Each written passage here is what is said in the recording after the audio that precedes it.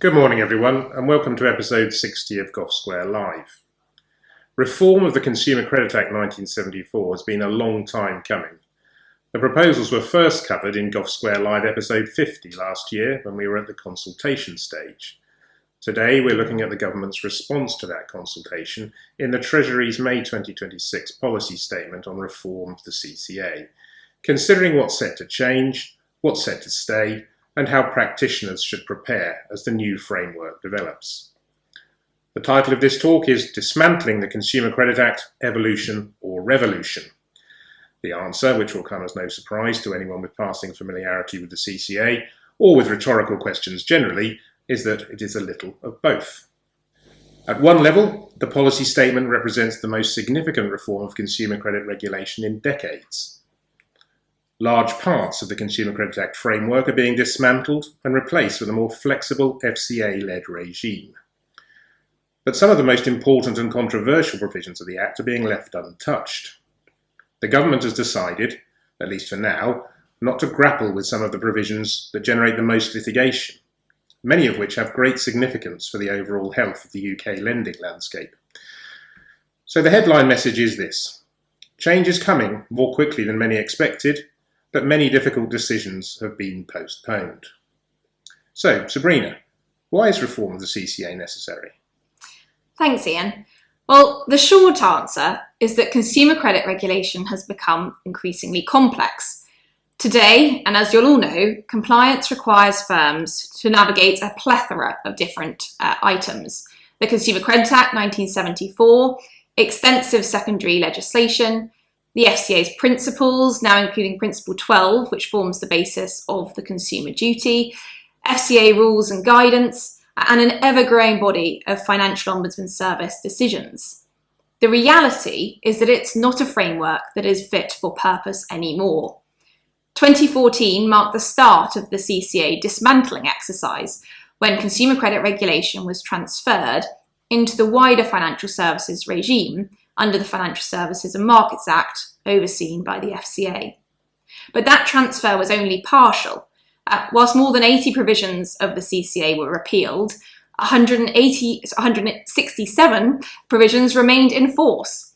And since then, the question has been whether the hybrid model was fit for purpose, and if it wasn't, what to do about those retained CCA provisions. And it's led to a number of reviews flowing.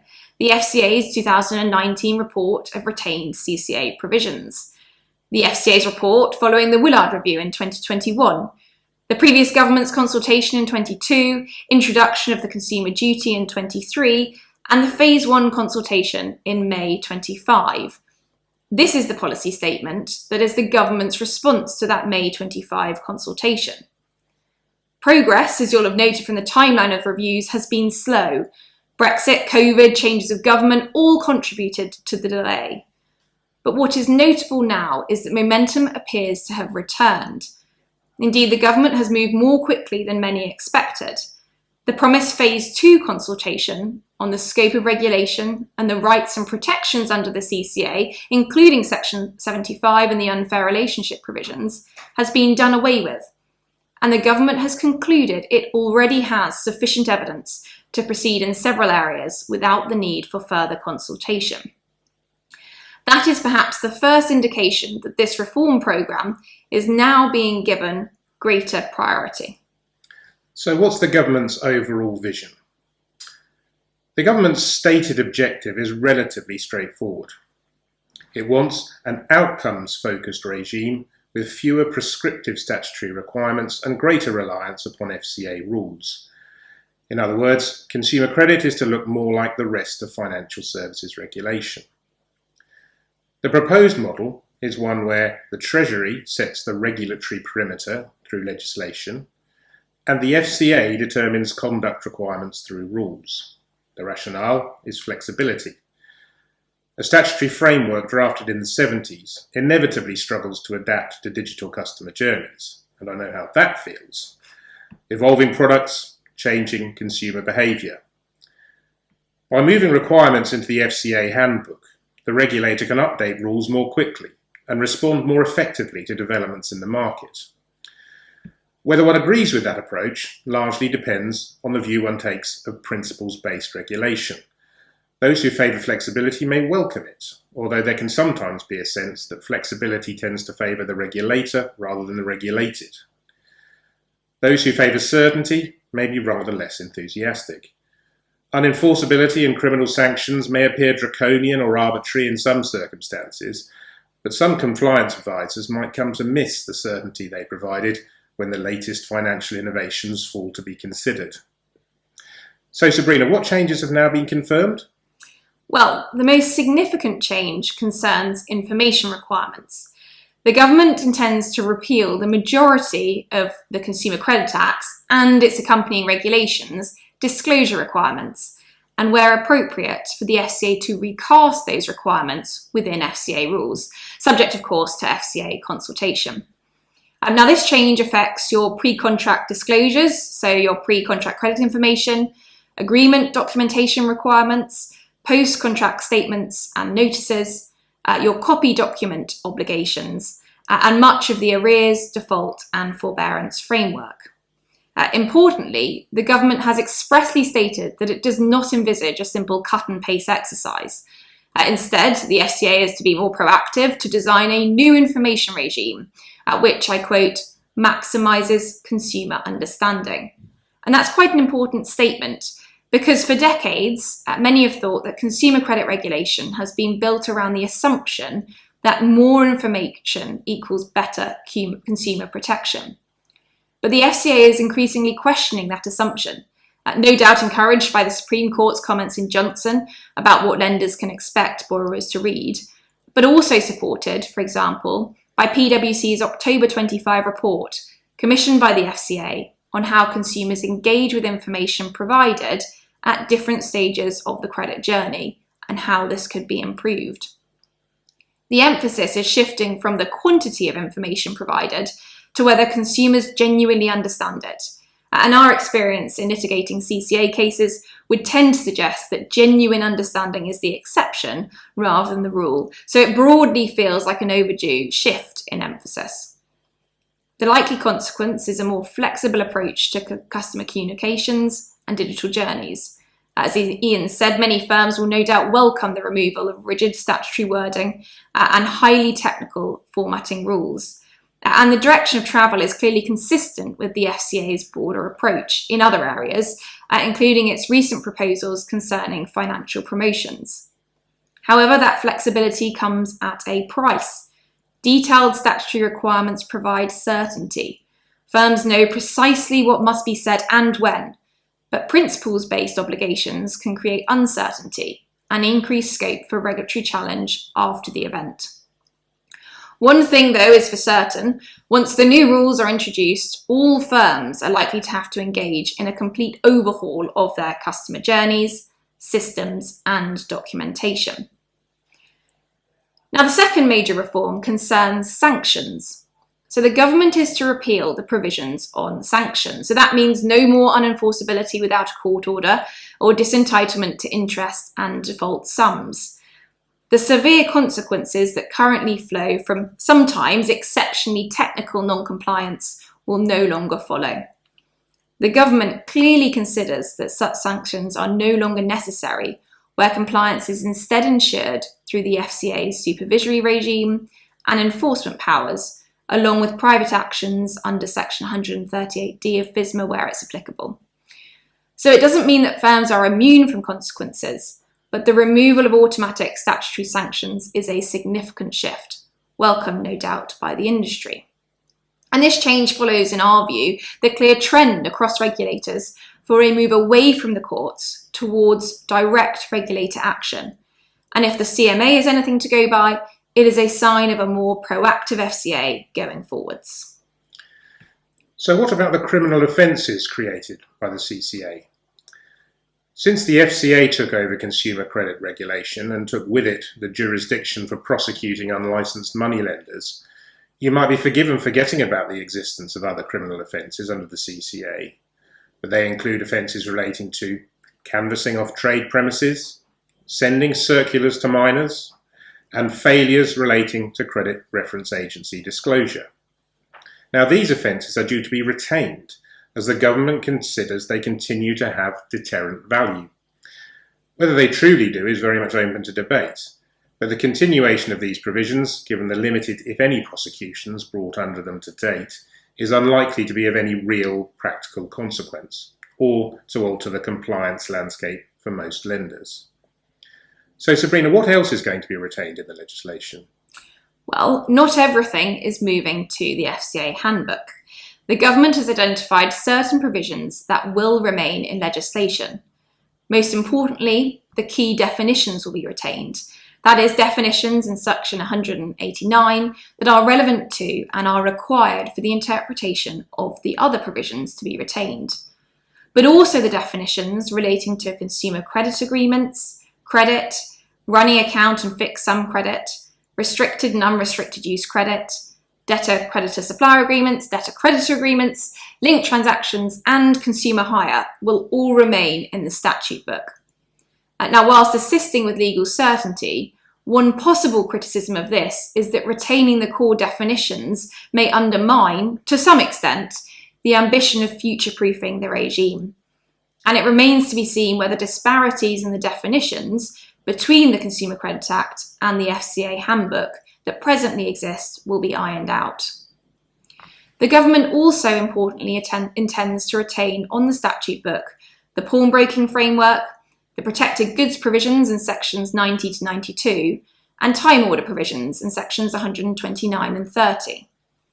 Perhaps the most interesting part of the policy statement concerns the category of retained provisions that are known as complex CCA provisions.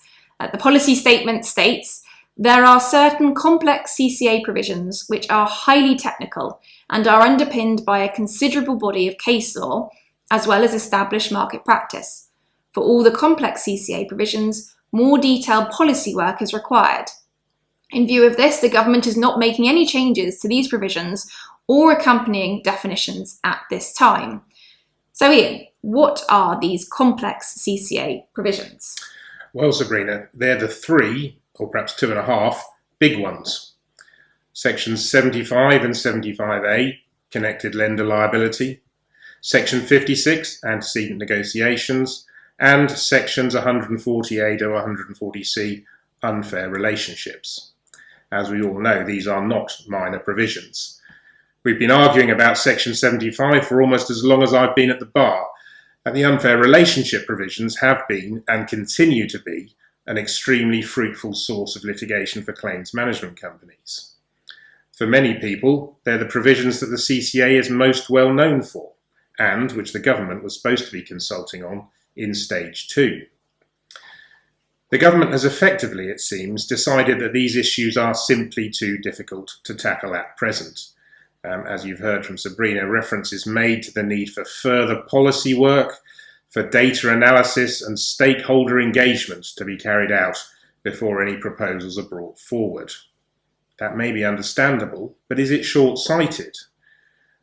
Whatever one thinks about the relative merits of the mass litigation of, for example, PPI and motor finance commission claims, they've clearly demonstrated the potential for unfair relationship claims to be made in circumstances where businesses considered that they were compliant with the regulatory requirements in place at the time.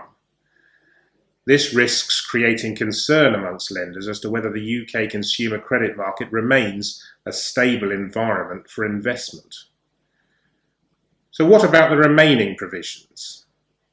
Well, they're due to either be repealed in their entirety or recast into FCA rules as appropriate, and as you've heard from Sabrina, subject to consultation.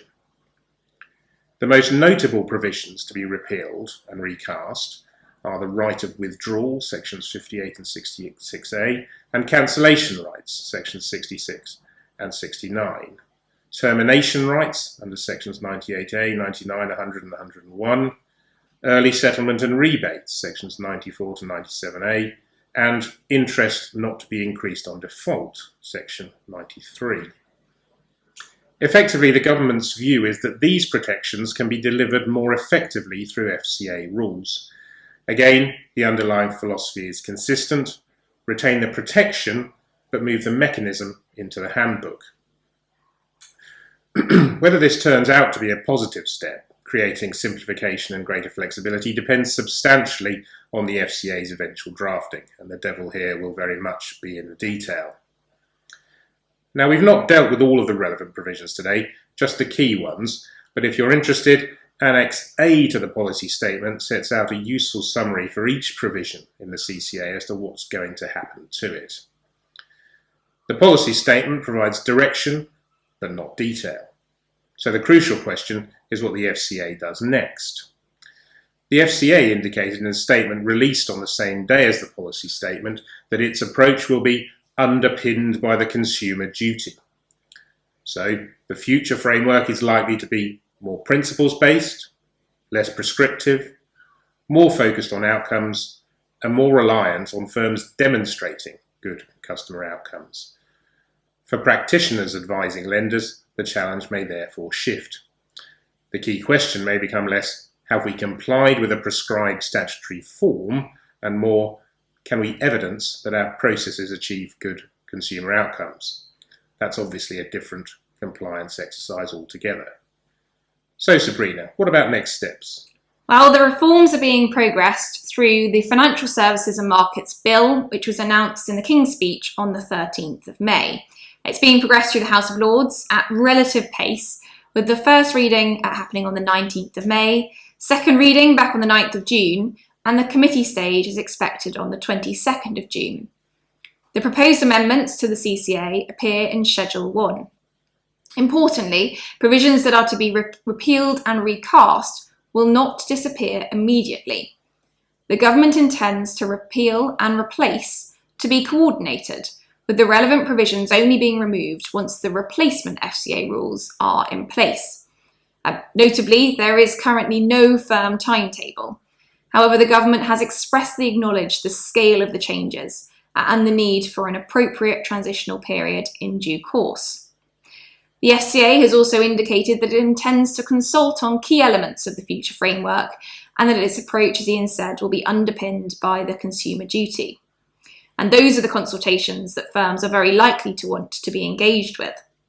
It is those consultations that are likely to really shape the future regime, which will be determined as much by the FCA as it will be by Parliament. So, is this evolution or is it revolution? Well, as Iain said, the answer is both. It is revolutionary in the sense that large parts of the CCA framework are being dismantled and transferred into the FCA rulebook. The centre of gravity is moving decisively away from detailed statutory prescription and towards FCA-led regulation. Yet it's evolutionary in another sense. The most difficult provisions remain untouched. Section 75 remains. Section 140A remains. The established body of case law remains. Many familiar consumer protections remain. For finance companies, the overall direction is probably favourable. The removal of prescriptive requirements and statutory sanctions should reduce unnecessary complexity and operational risk. However, firms should not mistake deregulation for deregulatory freedom. The consumer duty means expectations remain high. What changes is not the level of scrutiny, but the form that it takes. And the next phase will therefore be critical. The legislation tells us what is leaving the Consumer Credit Act. The FCA consultations will tell us what replaces it. And that is where the real battleground over future consumer credit regulation is likely to be fought. Thanks very much for joining, and do keep an eye out for the next episode in due course.